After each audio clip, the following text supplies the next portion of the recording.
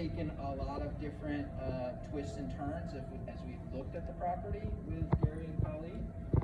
But I think we're on a really solid path here, and I take my office to different projects that we do, and we think it's great to get halfway through construction and everyone can see kind of the work in progress, and that's hopefully what you're getting to see tonight.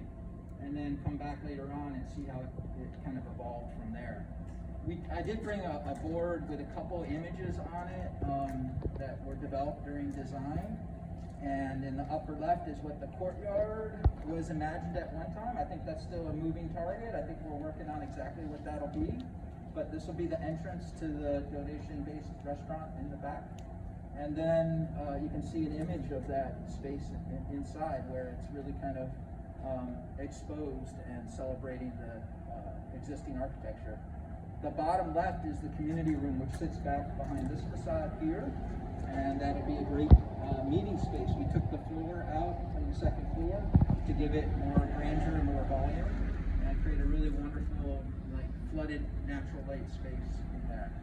The plan is just a partial plan of phase one. As the project evolved and the needs of the project, it's really this front piece and that space is phase one. And then there's this effort, and COVID kind of pushed this in this direction too, to get the monies in place to do the rest of the renovation with the restaurant, some community space, and offices up above. I would say from the exterior, hopefully what comes across, we had a pretty easy time with the Historic Architectural Review Board, knowing that essentially we wanted to preserve and celebrate the original head house along the street here, and we're kind of in progress there. We had a really dilapidated condition on the back, or what we call the connector piece here, and those porches were falling apart. So we took those off, and then there was a really kind of not so great mid-20th century exposed block piece that you're looking at here, and we decided to connect those and then clad them with it's called a terracotta. It's a product by Nia Sarah, and that's what you're seeing with new windows. So there's this intentional contrast of celebrating the rich historic piece along the street, and then this more contemporary kind of treatment of the interior.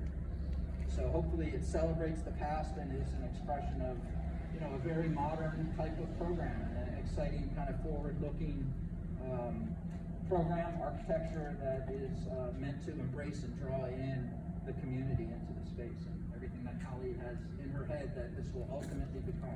Right?